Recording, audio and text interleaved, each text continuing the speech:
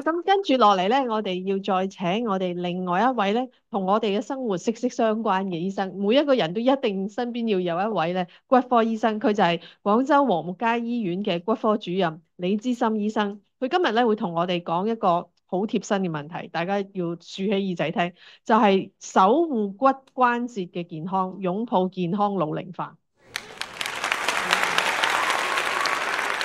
唔該，鄭女士，唔該繼續唔該，我哋陳主席邀請我哋過嚟講呢個課嚇。咁頭先阿關主任真係非常之專業啊，即係佢講嘅好多問題，我哋都刷新咗我哋認知，所以叫做病向淺中醫，就係咁樣。咁佢哋講嘅咧就比較專業嘅呢啲疾病嘅治療。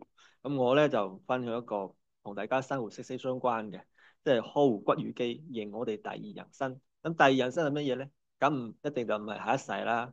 咁即係內地有一句話咧，就係話退休就先係創業，60歲咧就先係發光發熱嘅時候。咁呢個第二人生係點樣嘅狀態入去？咁我哋睇一幅圖，呢個 Breaking Bad， 大家有冇睇過呢部美劇西片？咁10幾年前咧，呢個故事講嘅就係美國佬啊，同埋啲墨西哥佬做冰糖嘅故事。咁咧冰糖咧就係食咗會嗨嗰種，會開心嗰種冰糖啊。咁呢位大佬咧就俾啲競爭對手就激到腦出血，就只能夠坐輪椅啦，就喺最尾就喺養老院，咁好孤獨啊。最尾都係收埋皮嘅。咁啊，咁呢個狀態一定就唔係我哋要噶啦。咁當然而家嘅養老院咧就環境好好，但係大門一關，只能夠就喺嗰方天地入邊又好，就又冇朋友陪啊，又冇家屬一齊陪住。咁其實係我就唔想要嘅啦。咁我都係想退休之後可以同啲朋友一齊去氹世界嘅，即係出去玩咯，出去食啊，飲飲食食。咁呢幅下邊呢兩幅圖有冇印象？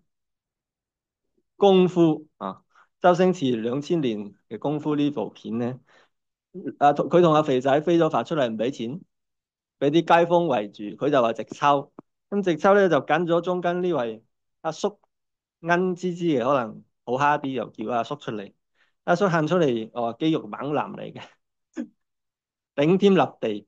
咁呢兩種呢個問題咧係一個選擇題，我哋係要邊樣一種人生，即係你都係想要一個出去玩啦，比較自由嘅一個比較健康嘅狀態嗬，呢個係我哋嘅選擇。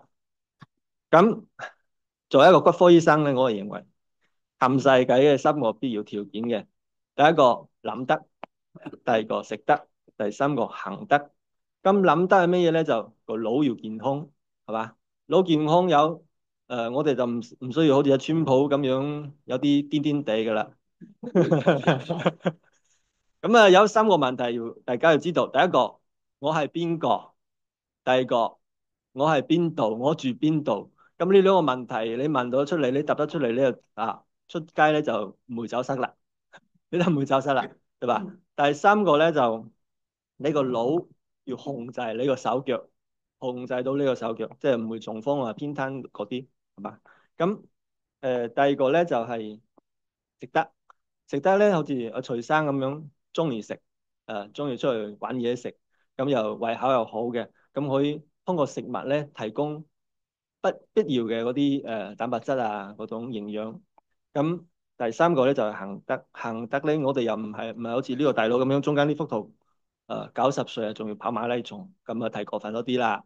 咁我哋都唔得啦。咁但係咧，我想表達嘅意思就係話，誒我哋到咗呢個年紀，仲係有呢種身體條件，有呢種勇氣去出去挑戰自己啊！呢個係我哋嘅一個態度。咁顏值重唔重要咧？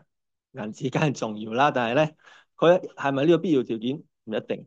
咁我督住支鬼棍，我都可以出去萬里浩徑去行2日啦，係嘛？所以錢唔係最重要嘅。但係對於嗰個，我係關節外科醫生，我做骨科嘅，我認為咧就除咗諗呢方面，精神呢方面我控制不到，我係嗰啲係神經內科醫生管嘅。食咧消化內科呢啲問題，行嘅呢個嘢咧就係今日我想同大家分享嘅。咁我認為行嘅三個解剖基礎係乜嘢咧？肌肉要靚啊，骨頭要硬，關節要好，呢三個。咁針對呢三個嘅解剖基礎咧，針對嘅如果你肌肉唔好，關節唔好，骨頭又唔好，咁針對嘅相應嘅三個疾病咧，就係一個肌少症、骨質疏鬆同埋骨關節炎。肌少症咧，我就揾唔到比較適合嘅圖片啦，我就將我自己張圖放咗上去。咁咧啱啱好因為個人咧比較瘦嚇，所以我都係呢種肌少症一個高危嘅人群嚟嘅。咁骨質疏鬆咧，可以睇到呢中間呢幅圖咧，呢個動圖，我哋呢個腰骨嘅一個模型。咁佢呢啲骨頭入邊嘅骨小梁呢啲骨鬆質非常之薄弱，就好似海綿咁樣可以壓扁嘅。一壓扁咧就變成骨折，所以骨質疏鬆好容易引發骨折。咁我哋睇呢個老人家右邊，佢係骨關節炎最嚴重嘅嗰一種。咁佢行路嗰陣時咧係一個彎住叫 O 型腳嘅一個狀態，又好痛好痛，所以係呢三種病。咁骨質疏鬆，我認為喺香港咧，大家嘅認識應該係好比較深㗎啦。我18年喺威爾斯親王醫院從商外科嗰陣時學習嗰陣時，基本上每日都係睇到好多嘅老人家過嚟做呢啲骨折嘅手術。咁啊，一仆親就係骨折。咁亦有好多喺門診就好多人過嚟開藥，即係食嗰啲一個星期食一粒嘅抗骨質疏鬆藥。所以我認為可能喺香港呢種對於骨質疏鬆嘅普及咧，就係比較深入㗎啦。所以我呢部分咧就會講得快啲。咁骨質疏鬆有咩表現咧？一個骨頭痛，骨頭痛我哋右邊呢幅圖咧左邊呢個骨頭咧就比較密實啲嘅，咁到咗右邊咧就係比較鬆嘅骨頭，佢比較容易斷嘅。咁點解會骨頭痛咧？就係我哋鬆質骨嘅骨小梁佢斷咗，微微斷咗，我哋就覺得痛。咁身高減少咧，就年紀大咧，我哋嘅骨頭就會壓縮，即係我哋椎骨啊，有30個椎骨，咁佢每一節椎骨壓縮1毫米咧，我哋就有3毫米嘅椎骨嘅高度減少，所以係老人家可能就身高又減少。咁呢個容易跌倒啦，呢個我哋美國前總統咧，80幾歲都係要咁快爬樓梯，我哋好欽敬佢嘅。我就應該唔得嘅，但係真係好危險嚇，所以一跌倒咧就好容易發生骨折。咁骨質疏鬆性骨折咧就有好多類型，咁基本上每一種骨折你都會喺我哋香港好多啲社區醫院或者公立醫院去發現嘅，咁亦都會引發我哋好多嘅經濟上嘅支出，即係除咗你喺雖然我哋醫院入邊係有香港嘅福利比較好，可以有全包，但係你都除咗入院嘅嗰筆費用之外，你出咗院之後，仲要去好多嘅照顧啊，好多嘅嗰種你需要有陪人去陪護啊，呢啲都係一筆支出。所以除咗對於老人家嗰種身體嘅嗰個自由嘅程度會受到影響之外咧，經濟嘅支出都係好大。所以呢種咁多嘅骨折，脊柱嘅骨折、大髀嘅骨折、上臂嘅骨折、腕部嘅骨折都係好常見，所以一趴低或者一跌低個屁股落地咧，佢就會發生呢啲骨折，需要做手術去換關節啦，去打骨水泥啦，去打鋼板啦，呢啲係非常之普遍。所以治療咧，定向淺中醫就係話你點樣去預防。咁對於骨質疏鬆嘅診斷，一個金標準就係呢個 DEXA 嘅雙量 S 線咧，我哋會病人喺瞓喺機器上邊就測佢股骨，即係大髀骨嘅近端或者係腰椎佢嘅骨密度。咁測出嚟我哋有一個 T 值，T 值好似我哋睇到係負嘅2.1。咁負嘅2.1係就係我哋因為作為一個診斷嘅標準。如果係呢個 T 值少於負嘅2.5咧，我哋就診斷骨質疏鬆。如果係少於負2.5，同時有骨折，咁就診斷就係重度骨質疏鬆。咁對於呢啲骨質疏鬆嘅病人，我哋再進一步同佢做一個 flash 嘅風險評估。我哋會將所有嘅數據，佢嘅年齡、身高、體重、佢嘅性別、佢有冇發生過骨折呢啲所有數據輸入一個網站之後咧，將佢個 T 值咧，好似呢個病人負4.8，我哋都會輸入去，咁計算出嚟呢個髖部骨折嘅風險。我哋睇到右邊右下角呢度寫住25%。呢個風險係未來10年呢個病人嘅跌倒發生骨折嘅風險，所以係大於3%就係比較高危嘅，我哋需要去干預。咁點樣去干預咧？一個國際嘅呢個骨質疏鬆協會，佢嘅一個3個招就係第一個維生素 D，第二個鈣，第三係運動。呢個係骨質疏鬆嘅基礎治療，亦都係預防嘅措施。咁維生素 D 係點樣去補充？曬太陽第一個，每日20分鐘至少，咁要喺上晝10點前或者係下晝2點鐘之後，要將我哋嘅四肢同埋面部暴露出嚟，即係着啲短衫短褲啊。咁你如果係唔中意曬個面嘅咧，你就即係戴住頂帽啊，或者搽啲防曬霜咯。但係手腳就要曬嘅。咁係佢嘅作用咧，就係將我哋皮膚底下嘅維生素 D 轉化成為活性維生素 D 啊。呢個佢活性維生素 D 夠，佢先有預防跌倒嘅作用。呢個係曬太陽啦。咁維生素 D 嘅標準咧，要達到50個納摩微升呵。咁每日嘅呢個維生素 D 嘅攝入量咧，要達到八個單位到1000個單位。但係咧，維生素 D 喺我哋食物中嘅含量唔係好高，主要係食魚，即係好似野生嘅三文魚就最好，但係唔一定大家都食得到。咁如果係啲養殖嘅三文魚咧，佢個維生素 D 嘅含量就減少好多，所以你可能好難一日食一斤三文魚嘅，我覺得冇乜可能。咁如果係咁樣嘅情況下咧，補充啲魚油，如果有條件就補充啲魚油，如果冇咧就藥房買嗰啲維生素 D 嘅滴劑或者係膠囊，咁就好平嘅，一日800到1000單位就夠啦。呢個係維生素 D 嘅補充。咁另外一個就係鈣，鈣喺我哋嘅食物中就有好多啦。咁主要就係牛奶、奶製品啊、堅果、蔬菜、肉類入邊都係好豐富嘅。咁如果好似話每日一斤鮮奶，朝早250毫升一盒，晚黑一盒，其實就係鈣就係夠嘅。就唔需要另外去食鈣片。咁可能如果咧，你本身已經有比較重嘅骨質疏鬆，或者係你比較揀揀食食，即係食嘅嘢唔係好充足，又唔中意食肉，咁可能要另外加1粒鈣片或者2粒鈣片，即係達到1200個毫克一日。呢個係鈣。咁仲有如果有人中意食啲鯪魚罐頭啊，都得，即係啲罐頭嘅魚骨咧都係爛㗎啦，即係好鬆，即係一齊嚼埋落去。咁其他飲食咧就包括啦，水果啦，呢啲維生素 E 啊、鋅啊、維生素 A 呢啲都係要食嘅，咁要適當嘅補充。咁有啲人就會問我中意飲酒或者係中意飲咖啡有冇影響咧？咁只要補充，當然啦，一定會對我哋對呢個鈣嘅吸收會有啲影響嘅，但係咧補充足夠嘅鈣就可以抵消呢種影響。咁骨質疏鬆嘅呢啲藥物治療就大家應該都比較熟。如果頭先林醫生喺度咧，都會知道呢啲麥固特啊，或者係地鼠單抗嘅呢種藥物注射咧，佢對於骨質疏鬆係可以治療嘅。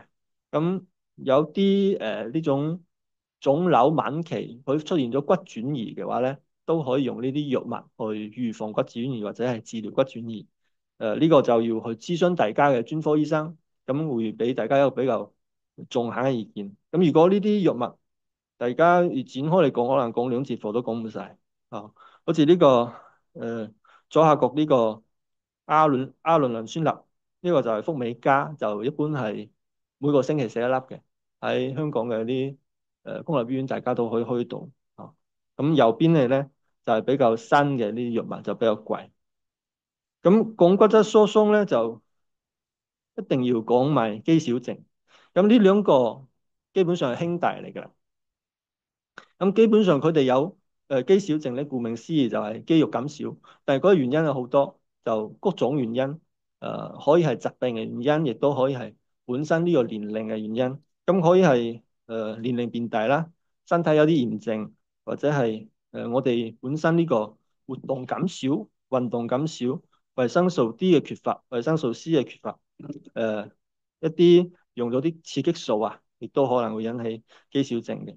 咁疾病嘅因素就比較多啦，譬如cancer 啦，有啲消化道嘅出血啦，呢啲營養嘅攝入唔夠，咁佢都會引起呢啲肌少症啊。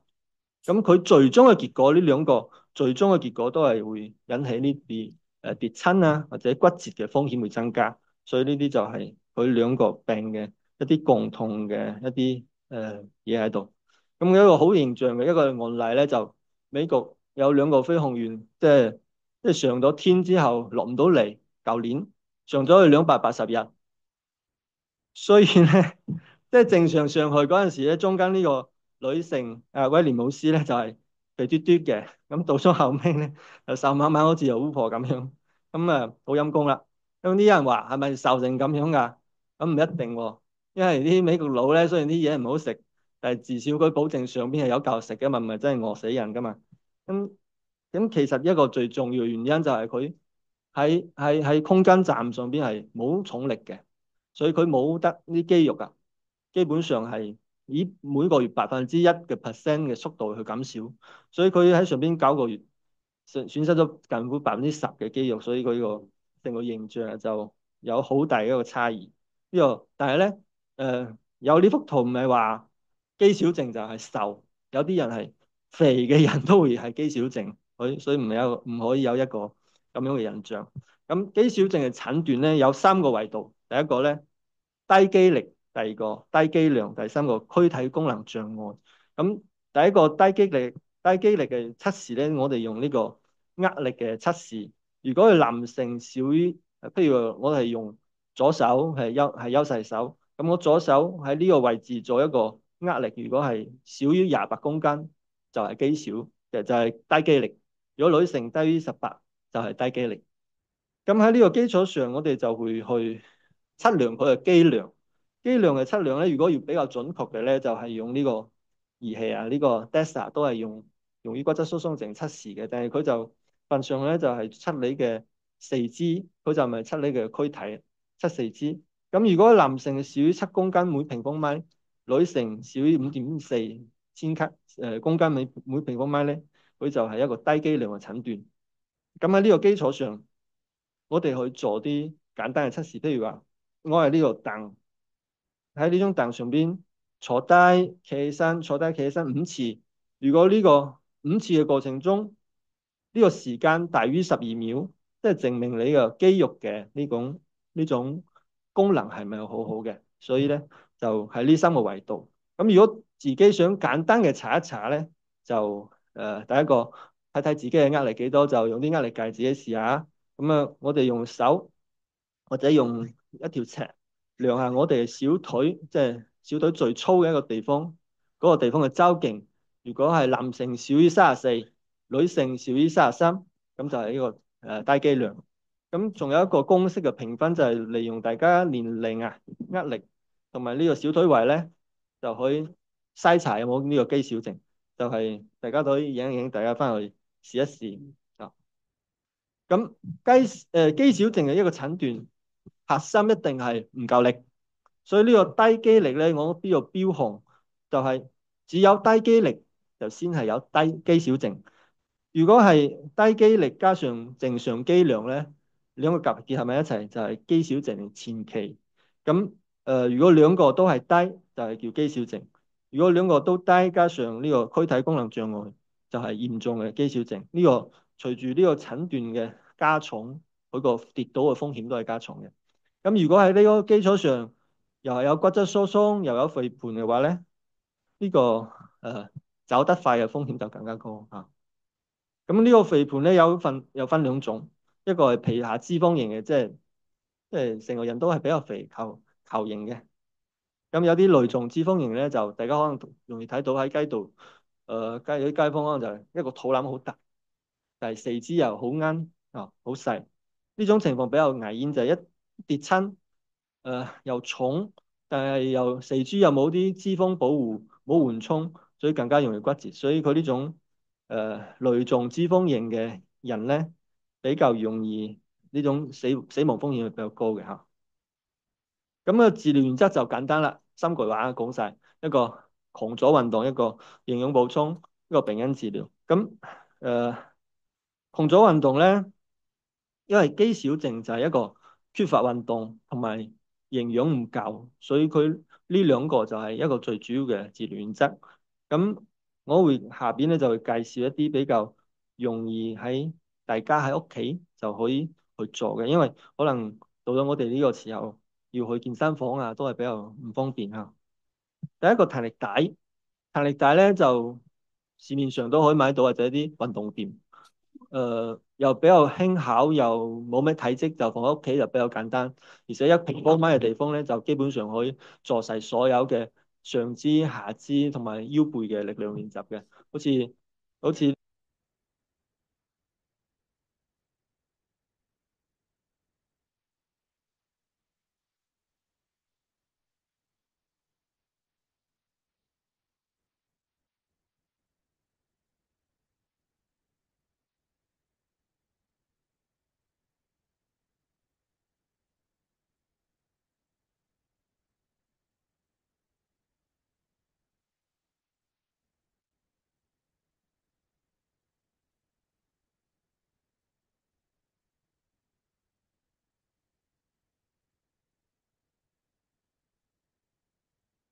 比較有活動量嘅咧，選擇啲低速激情，就唔好跑步啊，好高速嘅運動啊，可能就唔係好適合。咁好似游水，慢慢去蛙泳，大概一次有1公里，1000米，咁大概40到50分鐘嘅運動量其實就夠啦。另外，如果唔想出街，想去游泳池咧，喺屋企放一部動感單車，講一齊每日40分鐘有啲。都係一個比較好嘅一個方式。咁如果中意戶外就做下啲徒步啊，香港嘅徒步資源都好多，就大家都可以選擇。咁呢個有一個關鍵嘅咧，就係、就係一個運動處方。咁運動處方係而家好 hit 嘅一個話題。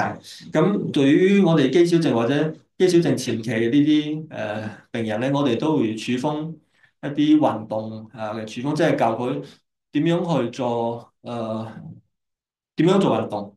咁一般我哋都會包括呢個窮阻訓練、平衡訓練、有氧運動同埋功能性訓練，即係會喺各個維度去維持佢嘅呢個狀態。窮阻訓練咧，對於我哋肌肉嘅量嘅保持係最有幫助。咁平衡訓練咧，就係對於我哋嘅下肢嘅功能，即係我哋叫佢用啲波速球啊，企喺波速球上邊去企住單腳企去訓練呢個平衡性。咁防止跌親會比較有幫助。咁就一啲頭先有啲志願者會講用啲拉伸啊，點樣去做拉伸啊，同埋做啲呢啲就係頭先講到嘅拉伸啊。仲有功能性訓練係寵物啊，呢啲上下樓梯級。咁每週一到週六咧都會設置呢啲嘅訓練項目，佢每日都去做。咁長期以往咧，佢到咗。佢狀態有改善之後，你再加啲份量嘅強度，呢啲就係我哋運動處方。咁營養補充咧就係另一個問題咧。成年人大概每日每公斤體重要補充1.2到1.5克嘅蛋白質。咁點樣去計咧？譬如話我60公斤，我每日要補充90克蛋白質，我哋可以將呢90克蛋白質分到3餐去做。譬如話早餐2個蛋啊，一杯酸奶啊，一個麵包。午餐咧就雞胸肉啦，西蘭花啦，等呢啲啦。晚餐有三文魚、蒸南瓜、菠菜，咁樣好科學。好合理，但係好冇人性。咁我就自己，如果你日日咁樣食咧，就好容易就好厭噶啦。所以就呢啲就自己知道一啲公式啦。譬如一個雞蛋就係6克蛋白質，100克嘅牛肉或者魚咧就係30克蛋白質。基本上你只要夠量就得啦，就唔需要話一定要遵從呢啲食譜嚟嘅，咁啊好離譜噶啦。所以我一定係煲翻啲湯飲就比較好啦。呢啲粟米紅蘿蔔豬骨湯，香港人都識啦，咁又好又平又正。咁呢個筒骨咧就好靚啦，但係我哋呢度就唔係講煲湯啊，就講下一個話題，就係骨關節炎。咁呢個筒骨靚唔靚咧？即係我哋睇到呢個圓碌碌嘅呢個白色嘅球咧，就係我哋嘅關節嚟嘅。咁有啲人就中意食佢咧，就脆好脆嘅，又好脆，真係，但係就好難咬得爛嘅。咁呢啲關節咧就好骨，呢啲關節軟骨咧就好有光澤嘅，比較健康，又冇磨損嘅。一睇咧就係啲比較細嘅豬啊。咁如果對於人嚟講咧，就對於人嚟講咧，我哋嘅膝關節炎，如果正常嘅腳咧就係咁樣直不甩嘅，比較好睇嘅。咁如果係 O 型腳咧就係咁樣，但係可能係一個生理性嘅 O 型腳。咁如果係有病理徵嘅咧，就係呢種 O 型，即係我哋喺街上可能會見到啲老人家係行路係咁樣行，所以係好辛苦，佢會好痛。行路咧又唔會行得好遠，就喺屋企周圍咁樣行，嗰個活動範圍好細。咁如果係 X 光嚟講，可能就係咁樣一個狀態。我哋睇到佢膝關節嘅中間呢兩個間隙咧係比較窄，外邊咧係比較闊，所以呢種係 O 型腳。咁 S 型腳咧，呢度就係一個 S 型腳。佢嘅左腳咧係比較好嘅，右腳咧就係 S 型嘅，所以佢 X 光上邊係睇到係呢個右腳係斜出去，呢個係比較少見。咁我哋骨關節炎嘅分期咧，第一章係正常嘅，佢呢個膝關節嘅兩邊內外嘅關節間隙咧係比較一致、比較平整嘅。咁喺早期咧，可能就有啲骨刺啊，內側嘅關節面咧就比較窄啦。咁喺中期到晚期，我哋睇到嗰個內側嘅關節面就非常細，外側就比較正常。到咗晚期嗰陣時咧，我哋可以睇到骨頭碰骨頭呢啲情況咧，就基本上要做手術先可以解決問題。咁對於我哋會根據呢個骨關節炎分期咧做階梯性治療，呢個可能喺我哋公立醫院啊都係會咁樣去做。咁止痛藥物咧喺我哋好多藥房都可以買得到，即係我哋嘅扶他林啊，呢對西樂寶啊，喺藥房都可以買得到。咁一線嘅用藥咧就係扶他林，有60%嘅有效率。咁其他嘅口服咧就會推薦呢啲西樂寶同埋安安順呢啲對於胃腸道冇咁大副作用嘅。但係如果有啲心臟有問題嘅話咧，就要小心佢嘅心臟。咁其他嘅呢啲Panadol 啊、阿片啊就唔推薦嘅。營養補充劑好多，大家可以睇到啲 Move 啊、啲安糖啊，都可以喺藥房買到。但係咧喺美國同埋香港嘅啲指南咧就唔推薦使用，可能你食咗之後食1年、食2年同你唔食嘅結局係一樣嘅。呢個係指南入邊已經寫得好清楚，所以好多人嚟問咁食咗如果覺得有幫助，覺得呢上落樓梯好輕鬆啲，咁你可以繼續食啊。食咗3個月你停一停。